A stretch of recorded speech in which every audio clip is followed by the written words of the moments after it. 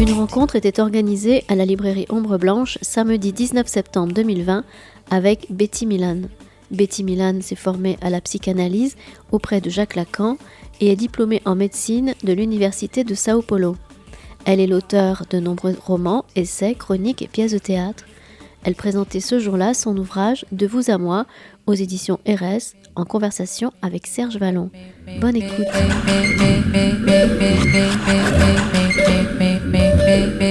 Bon, bonsoir et merci d'avoir, on dirait carnaval, hein, mais c'est pas rigolo. Merci d'avoir bravé la pandémie. Alors bon, j'ai donc le plaisir de présenter Betty Milan, qui est psychanalyste. Alors, je dis ça rapidement, formée auprès de Jacques Lacan, qui a été enseignant à Paris 8, mais avant 74, ou dans ces années-là. Entre 74 et 78. Entre 74 et 78. C'est-à-dire avant la refondation du département, peut-être. Au moment de la fondation. Au moment de la refondation, oui. Qui est psychiatre et dont la vie est partagée, sur le plan géographique, entre Sao Paulo et Paris. Alors, on dit Sao Paulo ici, bon, San Paolo. Qui est écrivaine, qui est auteure de romans, d'essais, de chroniques, de pièces de théâtre. J'espère que je n'oublie rien.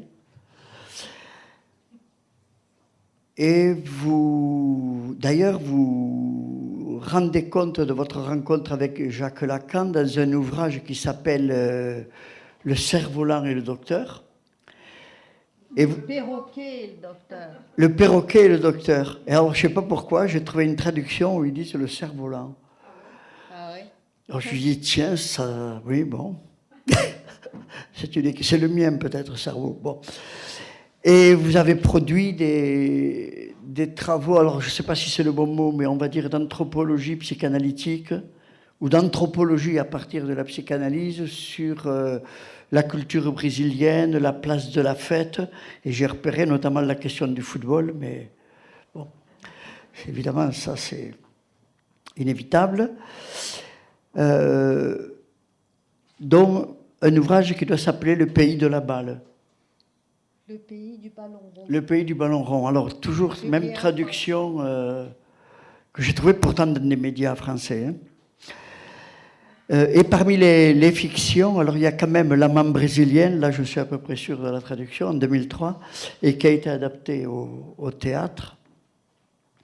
Et puis, pour aller vers ça, également un recueil de chroniques que vous avez écrite à partir de vos voyages en France. Alors j'espère que la traduction est la bonne, Quand Paris scintille. Et puis, peut-être il faut encore citer Une lettre à un fils. Lettre au fils, oui. Lettre au fils, oui, qui interroge un peu les rapports, qui questionne la question de la maternité, il me semble, plutôt. Bon, alors vous êtes ici accompagné, alors je dois dire, de Jean Sarsana. Mais Jean Sarsana, c'est aussi un auteur de livres sur le Japon. Alors, je vais vous dire les titres des livres, si vous voulez retrouver son nom d'auteur. C'est Rien de trop et La porte sans entrée. Le premier, c'est en tout cas des haïkus sur les deux. Oui, ça s'intitule Rien de trop, éloge du haïku. Et l'autre ? Éloge du haïku. Éloge du haïku, voilà. Chez Gallimard. Bon. Et quand même, il faut dire qu'il a dirigé le syndicat national de l'édition pendant 11 ans. Hein. 12. Moi, je suis en retard. Moi. Alors, je vais dire juste un mot de plus. Lorsque Marie-Françoise, enfin, je vais dire mes amis des éditions RS, ça n'avait pas été eux, je ne sais pas, m'ont proposé d'être là pour présenter cette présentation. Bon, j'ai d'abord été perplexe à cause de la façon dont vous me l'avez dit. Marie-Françoise, elle me dit, voilà, est-ce que tu peux, c'est le courrier du cœur. Alors je me suis dit, un psychanalyste qui s'occupe du courrier du cœur dans la presse quotidienne, ouh. Alors j'ai lu l'ouvrage, bon, qui d'après, je ne sais pas si c'est un secret, mais qui devait inaugurer, de la façon dont tu me l'as dit, une collection d'essais d'un genre nouveau. Une ouverture, ouais. Alors moi, pour le genre nouveau, je dois dire qu'il y est. Bon. Et je dois dire que j'ai été conquis. Bon, je vous le dis tout de suite, je vous l'ai dit tout à l'heure. Alors, j'ai une petite expérience de tribune dans un quotidien. Et pour moi, il y a deux difficultés majeures. Une, c'est de s'adresser au public le plus large possible. Mais l'autre, c'est de ne pas trahir la psychanalyse. C'est-à-dire de ne pas rougir de ce qu'on a écrit si on rencontre un collègue. Bon. Et je me disais, c'est là, c'est Paris réussi. Bon, je le dis comme je le pense. Voilà. Alors, je ne sais pas si... Ah oui, puis cet ouvrage, je dois dire, bon, on reviendra là-dessus, il est déjà paru, mais vous allez le dire vous-même, paru au Brésil, etc. J'ignore, hein, si quelques-uns d'entre vous ont déjà lu l'ouvrage. Qui? Levez la main. Ah, vous êtes préposés aux questions. Hein. Réfléchissez. Oh, c'est important, il y en a moins de deux. Et Betty Milan a eu l'idée de proposer de lire avec Jean ils vont dialoguer, un ou deux textes, peut-être plus, on verra suivant le moment. Donc, ça sera une des façons d'animer les choses. Et je lui passe donc tout de suite la parole, en m'excusant si je suis un peu trop long. Non, pas du pour tout. que vous nous disiez, voilà.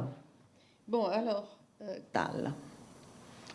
Alors, Lacan a toujours dit qu'il n'y a pas de psychanalyse appliquée.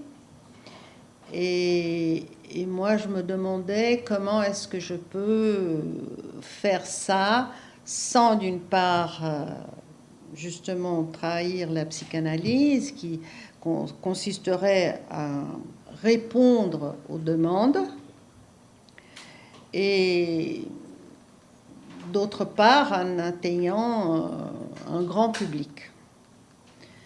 Je raconte toute l'histoire, mais brièvement, j'ai commencé à la Folha de São Paulo, c'est le grand journal de São Paulo, et au début, je recevais pas beaucoup de questions. Il fallait vraiment choisir et les présenter d'une manière très, très convaincante.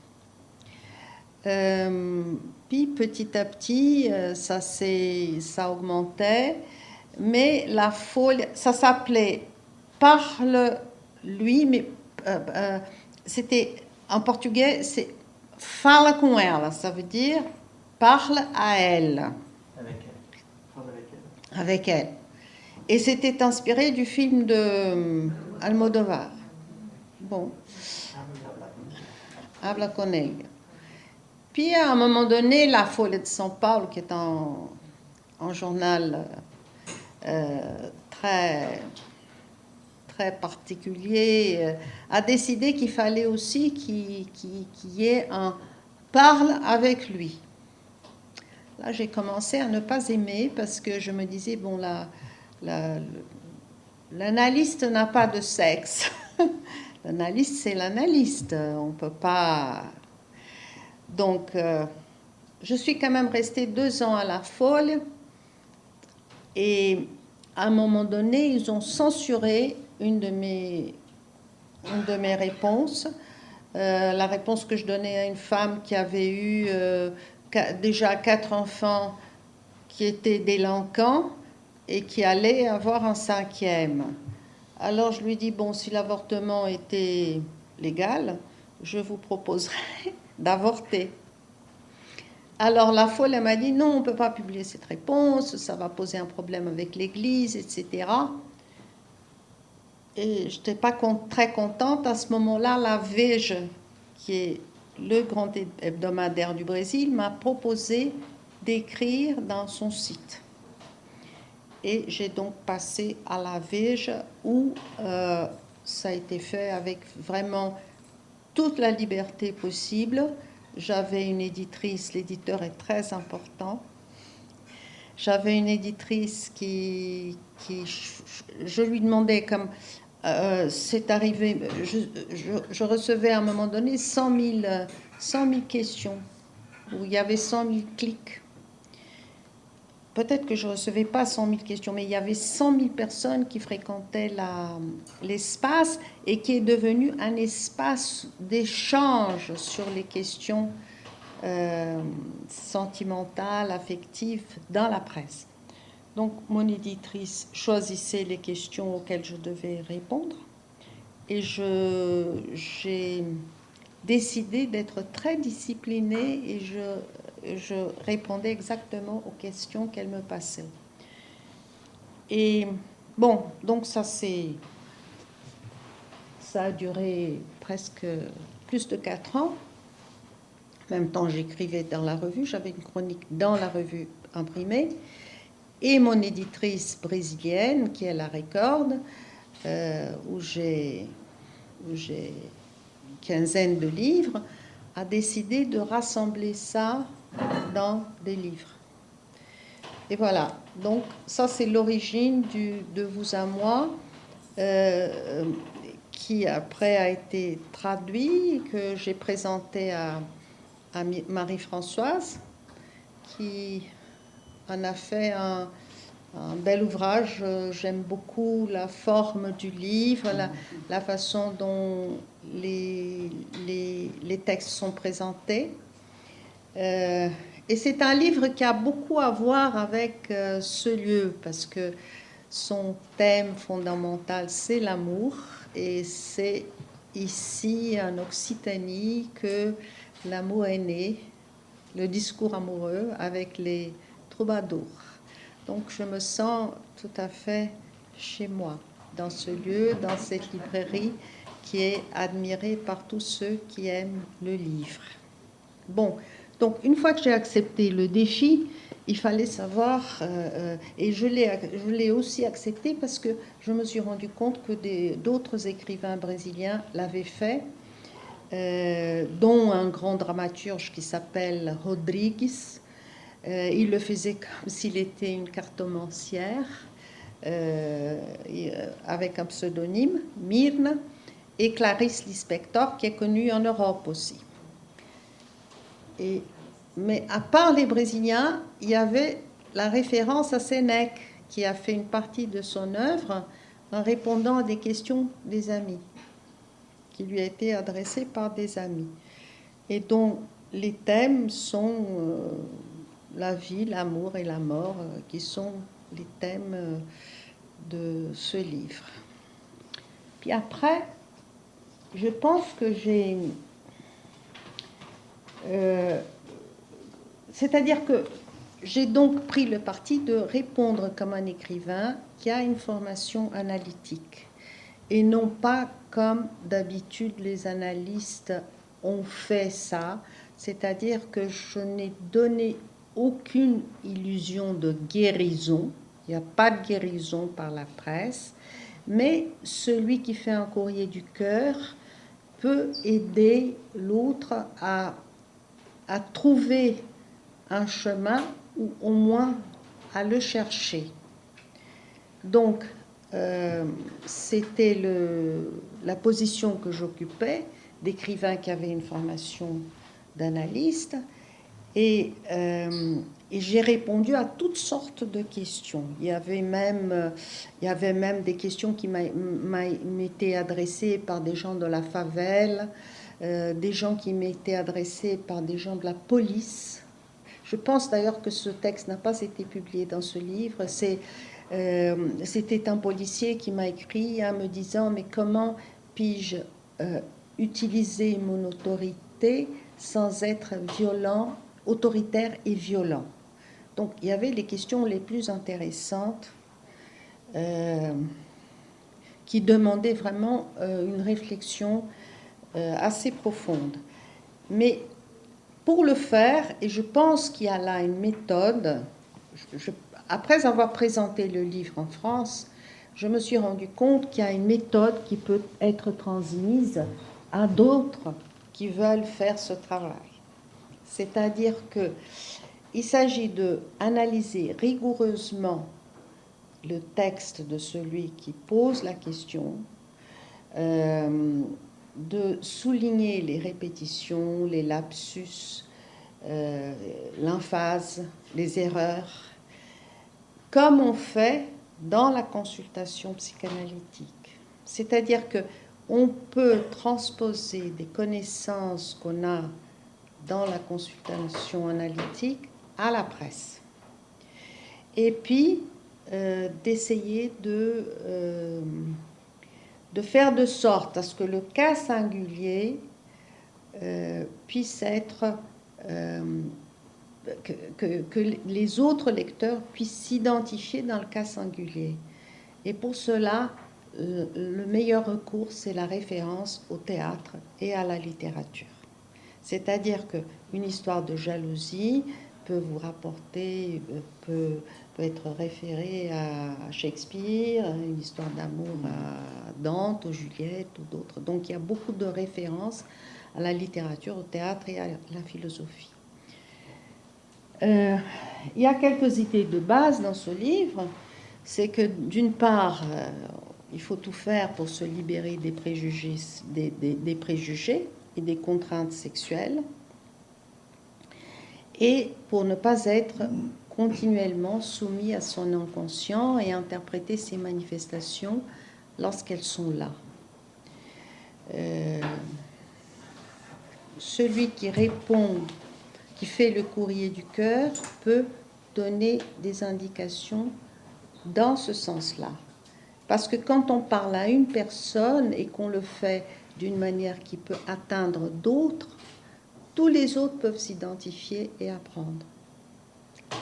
Donc il n'y a pas de... C'est-à-dire que l'écoute, l'analyse rigoureuse du texte et l'écoute permet d'atteindre beaucoup de gens. Bon, une fois que le livre a été publié, je me suis rendu compte qu'il y a là ce qu'on peut appeler une nouvelle éducation sentimentale. Je dirais qu'elle est nouvelle parce que c'est une éducation qui tient compte du cas singulier. Il n'y a donc pas de règle générale, ce qui est très contraire, comme vous le savez, à la position habituelle de la presse. La presse veut des règles générales. Mais bon, j'ai réussi à m'équilibrer pendant quelques années pour faire passer ces idées-là. Donc, pas de règles générales, et c'est une éducation qui se fait par la presse et qui est nécessaire parce que elle se fait de moins en moins dans la famille et malheureusement de moins en moins à travers la littérature. Voilà.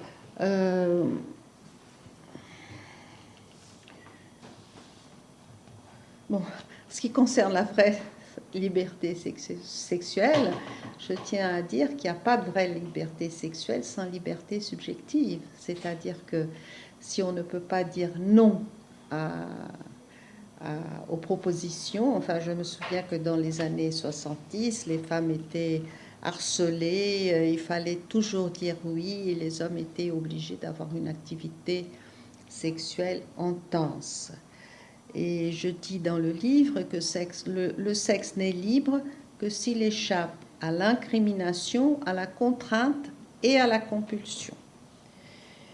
Voilà, je pense que pour conclure, j'aimerais bien que cette rubrique du courrier du cœur soit de nouveau dans la presse, parce que pour notre éducation sentimentale, nous en avons besoin, et d'autant plus qu'il y a après, depuis la révolution sexuelle, il y a une liberté sexuelle c'est-à-dire que nous avons échappé à la répression, mais nous sommes un univers où on ne sait pas très bien que faire de cette liberté que nous avons acquis.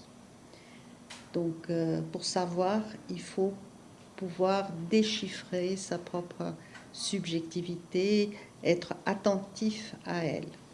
Bon, voilà, je pense que c'est un résumé, et on peut passer à autre chose. Je ne sais pas comment. On va voir À la lecture. Oui, alors on va lire ensemble. Nous faisons pas mal de choses ensemble, Jean et moi. on se doute. C'est mon compagnon de route et littéraire. Alors, j'ai pas dit ça. Oui, compagnon de route et littéraire. Non, en fait, j'ai rencontré Betty au Salon du Livre 1998, où les lettres brésiliennes, le Brésil était l'invité d'honneur du salon. Et voilà, donc nous sommes ensemble depuis un peu plus de 22 ans. Bon, alors, à la page 99, il y a une chronique qui s'appelle... Je vais lire les questions, il va lire les réponses, parce que étant français, il le lira mieux que moi. Les réponses, qui sont plus longues. Alors, je lis la question. Le texte s'appelle « Seul l'amour du chien est inconditionnel ». Alors, question. J'ai une petite amie qui a un attachement excessif à son chien. Pour ma part, je suis contre le fait d'avoir des animaux de compagnie. Et cela commence à créer de sérieux problèmes dans notre relation. Aussi fou que ça puisse paraître, il est fort probable que nous serons amenés à y mettre fin à cause d'un chien.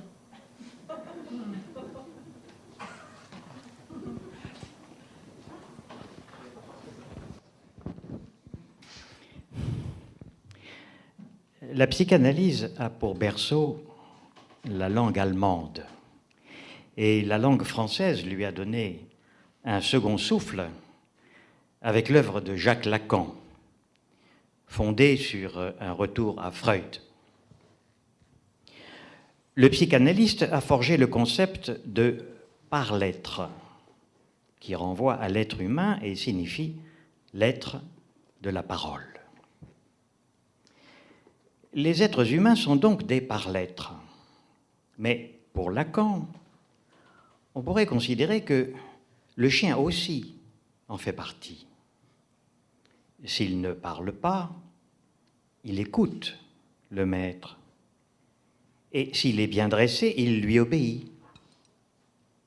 Il est avec lui sur le sofa du salon, devant la télévision, dans son lit. Il regarde son maître avec tendresse et sans jamais le contredire, puisqu'il ne parle pas. Tout ce qu'il veut, c'est rester à ses côtés, sans condition. On dira que l'amour du chien est inconditionnel. Il en va tout autrement d'une relation qui s'établit entre deux êtres adultes qui expriment leurs désirs, peuvent ne pas être d'accord, mais peuvent aussi l'être et atteindre un bonheur unique, celui que procure l'amour des êtres doués de parole et que loue, depuis la nuit des temps, poète et prosateur. Si votre relation amoureuse risque de prendre fin à cause de l'attachement de votre petite amie à son chien, c'est parce que vous n'aimez pas ce qu'elle aime et que vous ne supportez pas sa liberté.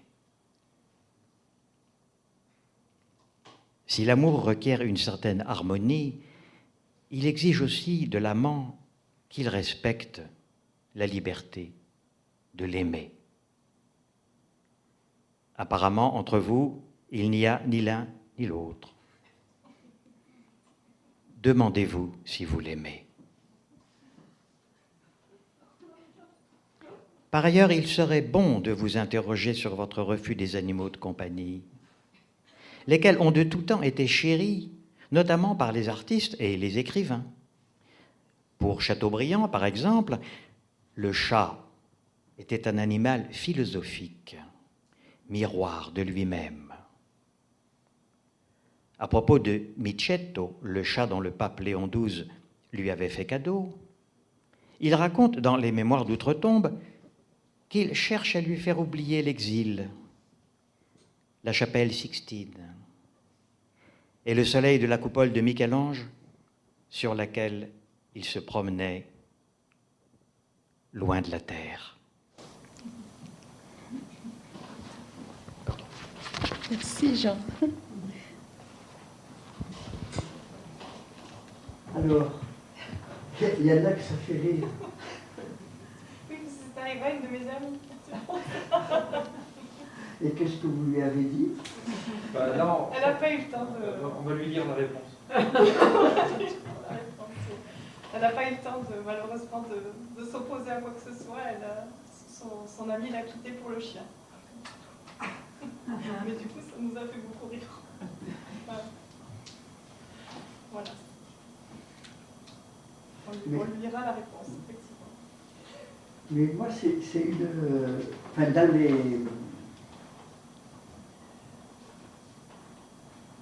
dans l'ensemble on peut dire des réponses que vous faites, et celle-là n'y échappe pas, bien qu'elle est... Je trouve que c'est une bonne entrée, parce qu'on pourrait se dire, oh mais merde, qu'elle le lâche, le chien, spontanément. Elle le lâche, et puis voilà. Mais il y a quelque chose de constant, il me semble, entre... Alors, je ne sais pas si on peut généraliser, parce que ça, justement, il n'y a pas de règle générale, mais on ne peut pas aimer l'autre si aimer l'autre exige de lui qu'il lâche quelque chose. Si, sûrement il a lâché, mais c'est son affaire. Il y a un côté comme ça. C'est-à-dire que l'amour, par contre, ce sur quoi vous insistez toujours, c'est que l'amour est d'un certain point de vue conditionnel, par contre, et que c'est assez souvent que vous dites, demandez-vous si vous l'aimez. Mais là, c'est une mise en doute, et d'autres fois, c'est, mais enfin, si vous ne... Comment dire ça? Si ça vous demande tant de sacrifices, mais vraiment, dans quoi êtes-vous, enfin? Je ne sais pas si vous connaissez le livre de Octavio Paz qui s'appelle La double flamme, où il dit que l'amour, c'est un pari sur la liberté. Et c'est une de mes références importantes.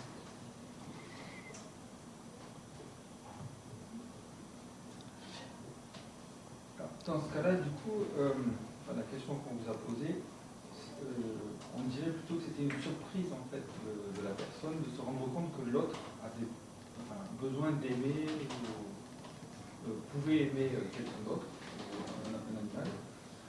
Et c'est souvent, ça fait partie des non-dits, on s'en rend compte petit à petit quand on est en couple. Et alors qu'on devrait discuter très rapidement de ce genre d'événements qui peuvent se passer, justement pour se confronter plus vite à des problèmes éventuels de point de vue. On va lire tout à l'heure une chronique où il s'agit de la parole de... on peut peut-être la lire tout de suite parce que c'est la chronique qui parle de la...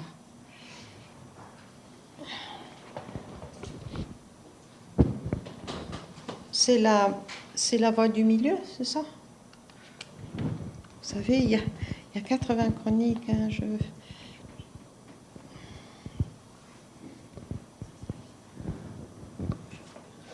Voilà. C'est la page 171. Et ça s'appelle « La voie du milieu est toujours la meilleure ».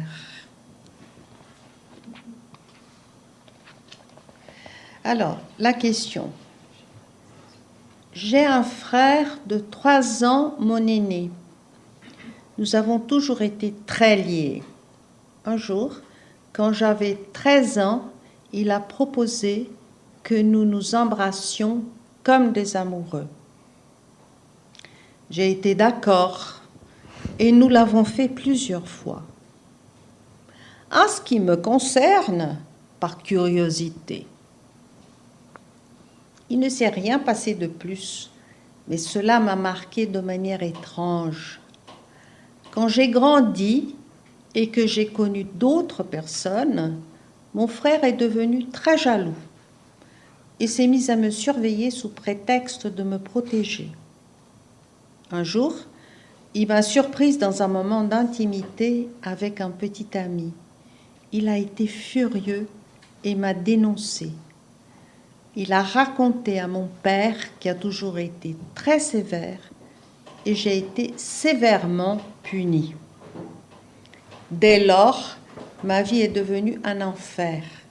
Ce n'est que quelques années plus tard, en me mariant, que j'ai retrouvé mon équilibre. Je suis heureuse dans mon mariage, mais ma relation avec mon frère ne s'est pas rétablie. Je lui suis toujours très attachée, pourtant le contact est difficile entre nous. Mon entourage l'a remarqué, y compris mon mari, qui ne sait rien et s'entend très bien avec mon frère. Parfois, je me sens bizarre et anormale.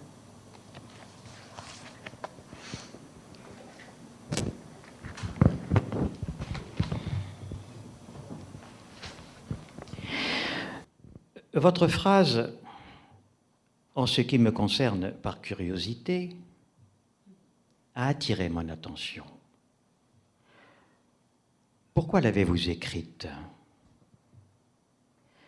Peut-être avez-vous voulu laisser entendre que vous ne ressentiez rien en embrassant, et que par conséquent, cet acte ne signifiait rien pour vous. Cela se peut. Mais le baiser a dû avoir une signification importante pour votre frère. Consciemment ou inconsciemment, il vous désirait comme femme. Il n'a pas supporté que vous soyez intime avec un autre homme et s'est vengé.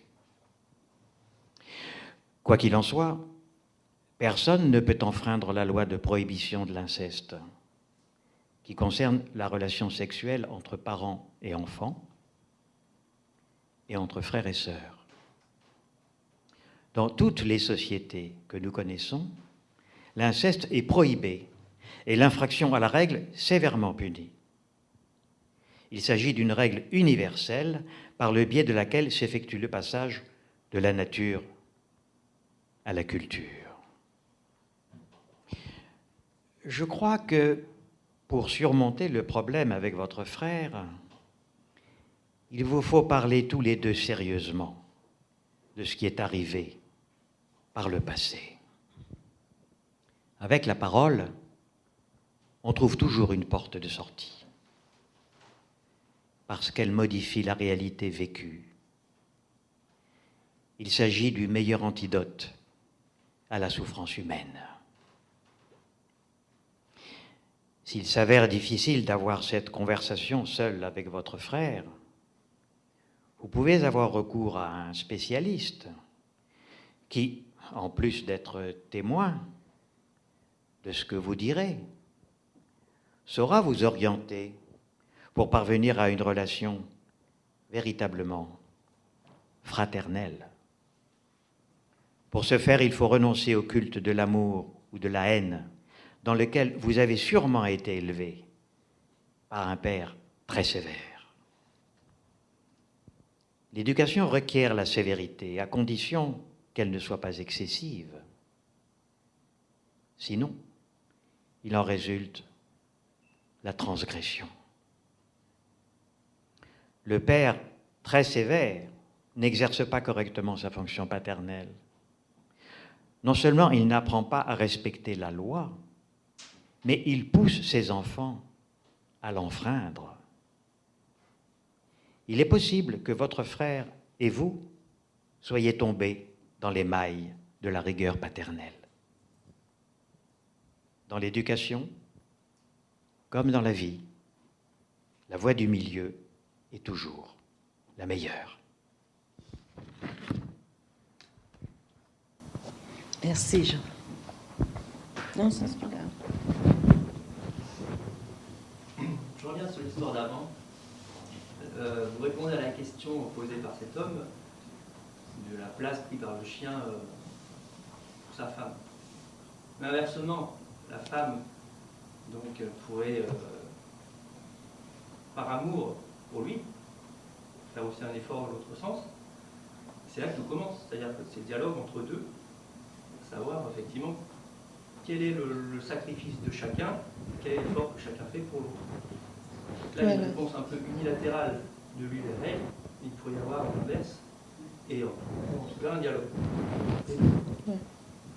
Vous avez raison, Voilà, tout à fait.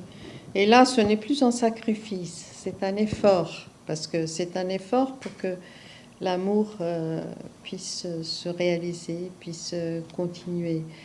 Enfin, ce n'est pas tellement un sacrifice, parce qu'il y a un désir de... Mais bon, moi je répondais à la personne qui m'a écrit.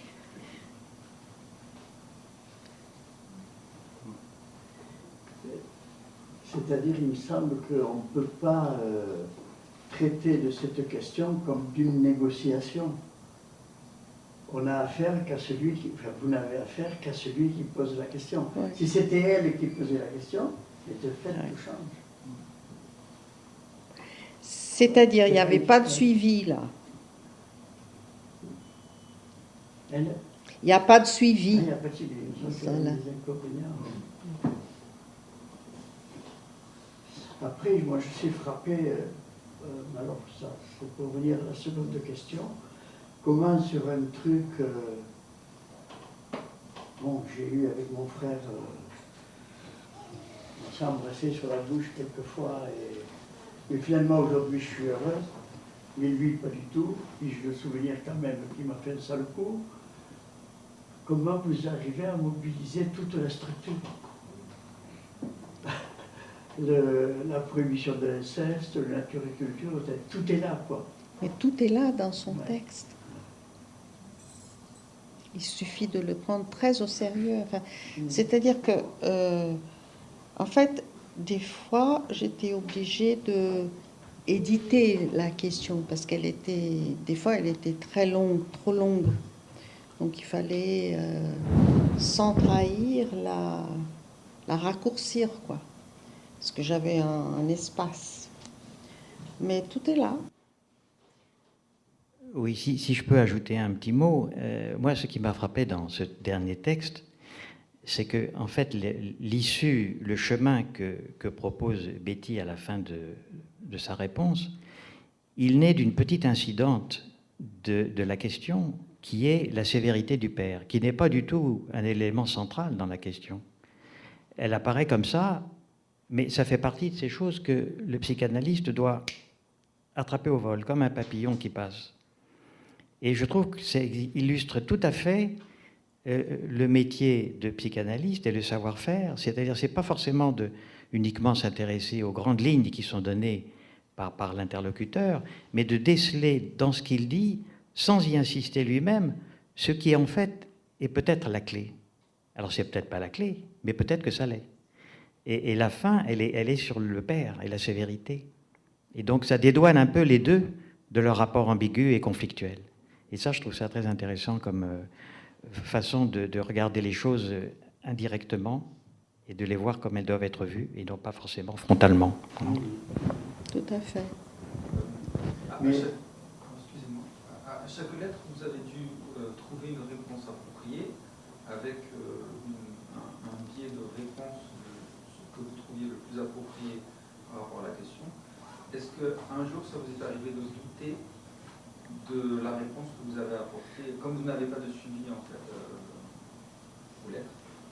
c'est pas une consultation. Donc, quand je doutais de la réponse, je l'écris. Je dis peut-être que c'est comme ça. Enfin, je n'affirme jamais d'une manière dogmatique, mais on m'a pas écrit en me disant, on m'a pas, parce que les gens pouvaient répondre. On m'a. Mais dans le bon sens, dans le mauvais sens, c'est-à-dire que Oui, ça a je été n'ai aidé jamais aussi. reçu de réponse qui me disait ça n'a rien à voir avec mon histoire. C'est au contraire lors de lancement de livres, que j'ai fait, il y a des gens qui venaient justement pour me dire ah tiens cette réponse m'a servi, elle était bien. J'ai pas eu de et les gens pouvaient, ils pouvaient, c'était un espace ouvert. Au contraire, les lecteurs ont établi un dialogue entre eux dans l'espace de Internet. Et dans le même sens, moi, ce qui m'a fait dire, ce qui m'a scotché dans ce livre, c'est qu'à quelques moments donnés, je vous ai trouvé particulièrement gonflé. Je me suis dit, est-ce que ça passerait dans le courrier du cœur à la française? Moi, j'ai eu cette impression. Oui, mais je pense que ça passerait, oui. Ça passerait, je sais pas, il y a des trucs Oui. extrêmement incisifs, mais qui créent une ouverture dans la prison quand même dans laquelle on est, je pense, dans ces questions. Moi, c'est ça qui m'a... C'est pour ça que le fait de censurer, je veux dire, s'ils avaient dû censurer quelque chose, censurer, bon, si l'avortement a existé... oui, si c'était légal, je vous proposerais. Je vous proposerais pour le cinquième. Encore que Cinquième délinquant. Peut-être elle aurait pu faire un flic. Hein. Je suis occupé des choses.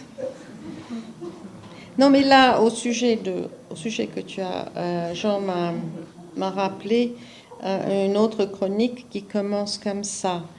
Après avoir reçu votre courrier, je l'ai mis dans un tiroir. Qu'est-ce que je peux dire à une femme qui a renoncé à être mère pour vivre son homosexualité? Donc mes doutes, elles sont là aussi. Ça ne peut pas être autrement. Mais il y a quelques certitudes qu'on peut avancer à partir des mots, de l'analyse, en prenant sérieusement les mots comme notre maître le faisait. Il était doué. Ah oui, il était particulièrement doué. Et après, peut-être, dans vos réponses, alors c'est encore une remarque générale, mais jamais la réponse n'enferme celui qui vous écrit dans une solution. Voilà, le périmètre est fermé. Parce que le désir n'est jamais assigné à résidence. Ouais. D'ailleurs, c'est assez frappant parce que quelquefois, quelqu'un est avec quelqu'un, mais la question du désir le pousse ailleurs et jamais... votre réponse, elle est jamais morale, elle est jamais non mais attends un peu, fais attention à ce que tu veux, car tu risques de mettre en danger. C'est jamais sur ce mode-là. Oui, il y a deux risques quand on fait un courrier du cœur. Je le dis pour ceux qui le feront après moi. Alors, il y a deux risques. Un risque, c'est celui d'être un moraliste. Parce que vraiment, nos parents on a fait la révolution sexuelle, c'est fini ça.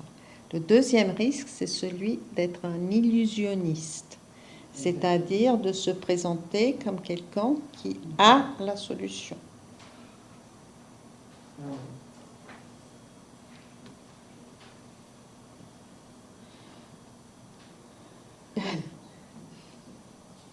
Et mon éditrice, qu'est-ce qu'elle dit?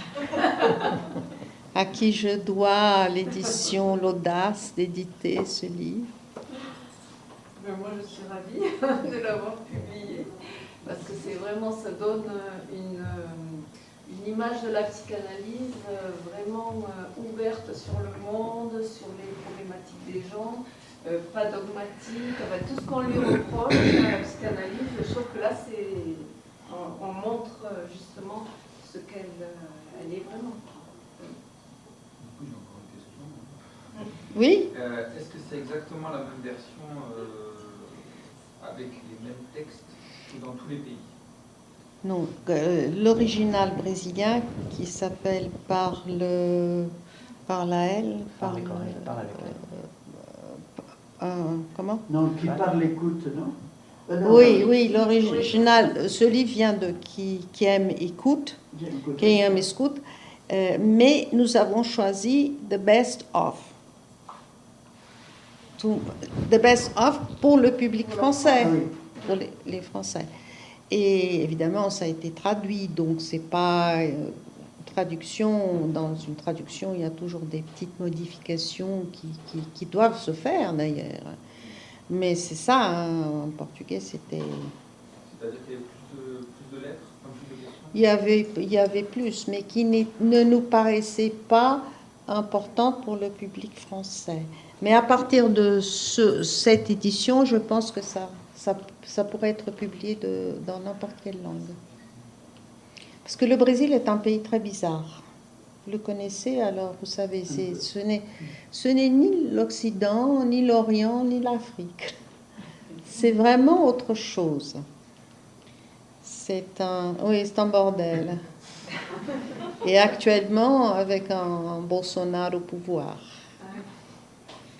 Mais non, mais culturellement, c'est un pays très intéressant, mais c'est une culture différente de la culture du reste de l'Occident. Très dionysiaque, très musicale. Bon, d'ailleurs, Toulouse est une capitale de la musique aussi. C'est très différent des autres pays de l'Amérique latine, hein, qui sont formés par l'Espagne. Oui, si je peux ajouter un mot là-dessus, je dirais que ce qui caractérise beaucoup le Brésil, à partir de ce qui vient de nous être dit, c'est que c'est un pays très syncrétique, religieusement, alors que les autres pays d'Amérique latine ne sont pas syncrétiques du tout. Le Brésil, si. C'est-à-dire que la plupart des gens se disent catholiques, mais il y a beaucoup de gens qui pratiquent l'Umbanda, hein, les cultes africains importés au Brésil, le candomblé. Il y a beaucoup d'évangélistes, et si vous faites le total, vous dépassez très largement les 100%. Donc il y a des recoupements énormes entre les religions. Et donc, ce que nous appelons la morale, elle existe au Brésil sous forme de moralité, c'est-à-dire que les rapports entre les êtres sont en général très convenus, contrairement aux apparences, et en même temps, c'est un pays de transgression totale, absolue, générale, un dévergondage universel. Donc c'est très difficile de percevoir ça par rapport à nos exigences, nous, à notre culture judéo-chrétienne, à nos habitudes de pensée. C'est un peu différent. Et puis la seconde chose que je voudrais dire, c'est que ce qui est intéressant dans ce livre, et moi qui ne suis pas du tout psychanalyste, je suis innocent dans mon jugement, c'est que j'ai longtemps pensé que la psychanalyse c'était un problème d'intellectuels, de gens qui se posaient des questions très complexes, très pointues, très sophistiquées, qui avaient réfléchi des années à ces questions, qui s'en sortaient pas et qui étaient mal avec eux. Et en fait, c'est les problèmes de tout le monde. C'est d'un quotidien très banal. Et ça, on le sent très bien là-dedans, parce que les questions de n'importe qui deviennent des questions shakespeariennes. C'est très intéressant. Très intéressant. Et donc Shakespeare n'est pas fait du tout pour des gens très intelligents et très cultivés, il est fait pour n'importe qui. Et c'est probablement pour ça qu'il plaisait tant en Angleterre. Mais je trouve qu'il y a des grandes parentés dans le caractère immédiat de la psychanalyse. Par exemple, Betty parle souvent de Shakespeare dans son livre, et le fait que des très grands auteurs peuvent être très très proches de gens qui n'ont pas de culture littéraire, disons. Mais ça pose des questions énormes, je trouve. Parce que c'est ça, chacun d'entre nous est coincé entre ce qui fait sa singularité et on va dire, le lien social dans lequel il habite, qui lui est tramé par toute une culture qui n'est pas dans sa tête, bon, qui fait discours. Alors, il y a des aspects très, très complexes. Il y a un détail là qui me revient, c'est qu'avant Bolsonaro, déjà, il me semble que les évangélistes brésiliens avaient cherché à se faire reconnaître comme praticiens de la psychanalyse dans les lois sur les psychothérapies. Pour dire qu'il y avait même là une tentative de religioisation, je ne sais pas comment il faut le voir. Je sais que les psychanalystes ont fait une espèce de cohorte et ils ont réussi à faire en sorte que ça n'existe pas. Et le hasard fait que j'ai écouté Jacques Weber, je ne sais pas si c'est hier, matin, sur France Culture. Je crois que c'est lui qui faisait une remarque que quand même, globalement, ou c'est à l'occasion de ça, on ne lit plus. On ne lit plus. C'est-à-dire que les grands mythes, les grands romans, la grande tradition, c'est en pourcentage, en proportion, et notamment dans les populations les plus jeunes aujourd'hui, celle qui est la plus branchée finalement sur des réseaux de communication, ces grands mythes, ces grandes histoires, parce que franchement, presque à chaque texte, on voit comment on peut éclairer sa position subjective par la façon dont un auteur a essayé lui-même de tisser ça dans une histoire qui montre ce nœud, une singularité sociale. Et ça, je trouve que ça pose C'est très intéressant ce que vous dites. Et je voudrais rappeler que Freud a introduit dans la psychanalyse les mythes. C'est-à-dire qu'avant Freud, les malades étaient traités avec des médicaments ou ils allaient à des hôpitaux psychiatriques. Mais ils étaient dénévrosés, point final. Avec lui, ils avaient affaire aux mythes grecs, à la tragédie, au complexe d'Édipe, etc. C'est-à-dire que c'est une démarche freudienne. Et puis Lacan, lui, a considéré que l'analyse était une épopée dont le héros était l'analysant. L'épopée philosophique Une épopée subjective. Voilà, philosophique de savoir Je ne sais pas si je maintiens, moi, si je maintiendrais le mot philosophique, mais... Épopée subjective, je dirais. Ouais. Ce livre, d'ailleurs, a été adapté au théâtre, avec le titre qui s'appelle « La vie est en théâtre ». Et c'était intéressant pour moi parce que quand je l'ai fait, il y avait donc celui qui posait la question. Il y avait quatre acteurs en scène. Celui qui posait la question, celui qui répondait, le consultant, et puis il y avait le musicien, et puis il y avait un troisième personnage qui ne pouvait pas rentrer en scène ici, qui était la voix. Et la voix disait ce que les autres ne pouvaient pas dire. Parce qu'évidemment, quand j'ai écrit ça, il y a eu une petite censure quand même. Je ne pouvais pas faire dans la grande presse, il y a des choses que je ne pouvais pas dire. Mais le théâtre, c'est un espace c'est l'espace de l'audace. Et donc, il y avait la voix. J'ai créé la voix. Et... C'était un titre à la Calderon, ça. Oui, La vie est un théâtre. La vie est un songe. À la Calderon. Bon, voilà. Qu'est-ce qu'on fait? Comment vous avez opéré le tri pour faire le best-of? Qu'est-ce qui vous semble le plus signifiant pour un public français? Je vais vous dire, le tri a été opéré par la traductrice Danielle Birk, qui elle est française et qui a été éditrice dans France Culture, dans Radio France. Donc c'est une amie à moi aussi, et donc je lui ai confié le tri et puis je l'ai examiné, j'étais d'accord. Parce que moi j'aurais pas pu le faire. Mais c'est pas vous qui l'avez opéré. Je peux pas le faire, non. Vous aviez déjà un éditeur à ce moment-là? Non. Mais je suis gonflée. Ça, du coup. Bon, lisez-le, achetez-le. Et n'empêche, non mais faites-le, moi je me permets de faire ça. Moi je trouve qu'on ne remercie jamais assez les éditeurs, et en particulier les RS. Ah oui. Parce qu'il n'y en a pas des tonnes de RS. Bon. Merci. Je le fais parce que j'ai un truc à lui placer. Non mais c'est vrai, Vous pouvez nous donner un exemple de ce que vous n'avez pas retenu pour le public français? Ou alors de ce que vous ne pouvez pas dire dedans. Ah non, ça je ne me rappelle plus. Mais non, il faudrait que j'ai la pièce de théâtre là. Mais non, par exemple, je pense que la chronique du policier n'y est pas. Celle dont j'ai parlé. Je pense que la chronique du mec de la favela n'y est pas.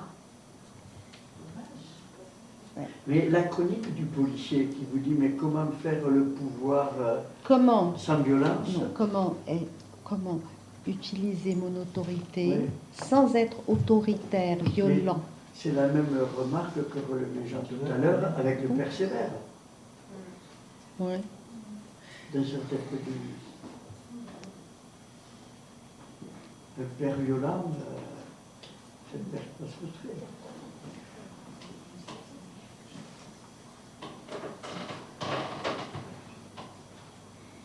Y aura-t-il une suite? Votre lecture déjà. Et puis vous lui avouez les questions. Est-ce que vous voulez une dernière lecture? On avait. Oui, parce qu'on avait trouvé que la dernière chronique était intéressante.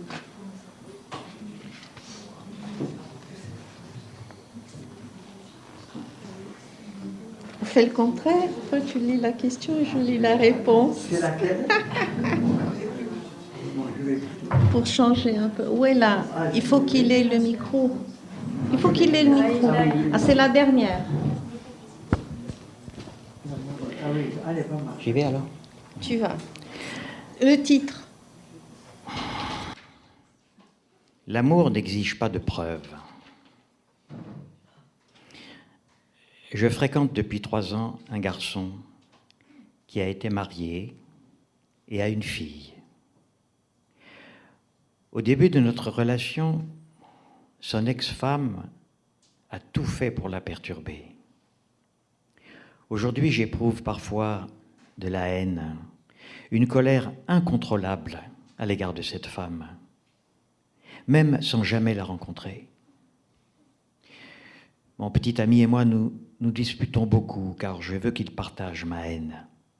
Je suis malheureuse du fait que je n'arrive pas à l'oublier et je fais de notre relation un véritable enfer, à cause d'une femme qui fait partie de son passé et rien de plus. Le pire, c'est que je savais déjà, quand j'ai commencé à le fréquenter, qu'il avait été marié. Comment surmonter ce problème ?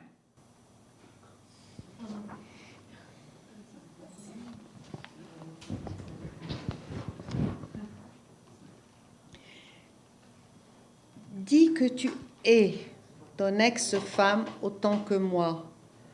Si tu ne le dis pas, c'est que tu ne m'aimes pas.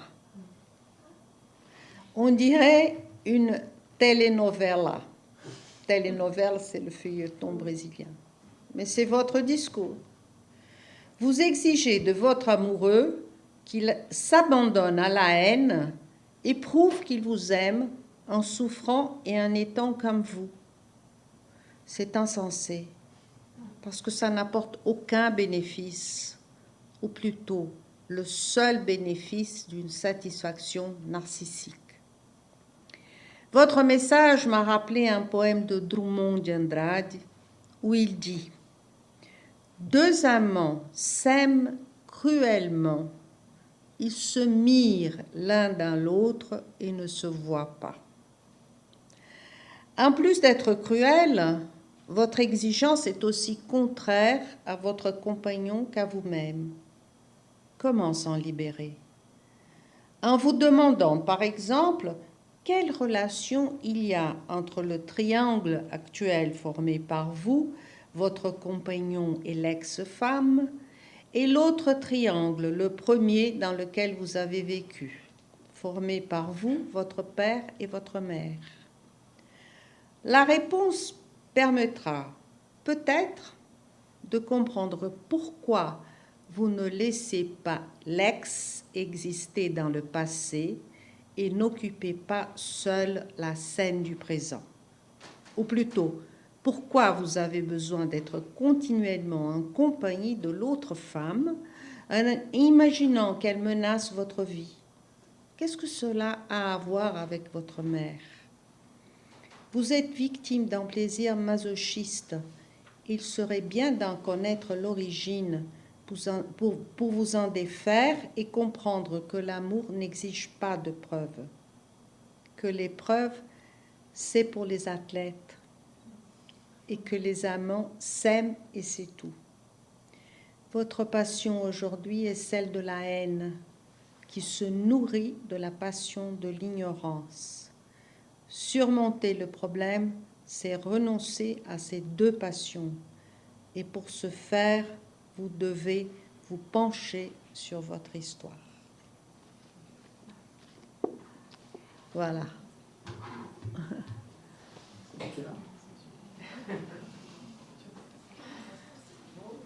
J'avais bien fait de poser la question.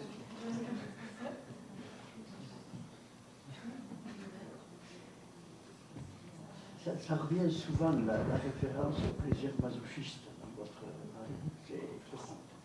Mais convenons que nous sommes dans un univers de plaisir masochiste. On est assez maso, ouais. Comment on peut expliquer ce que nous sommes en train de vivre dans ce monde où nous sommes?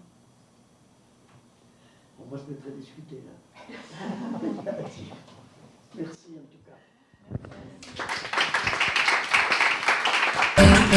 Vous venez d'écouter Betty Milan à la librairie Ombre Blanche, samedi 19 septembre 2020, pour la parution de son ouvrage De vous à moi chez RS.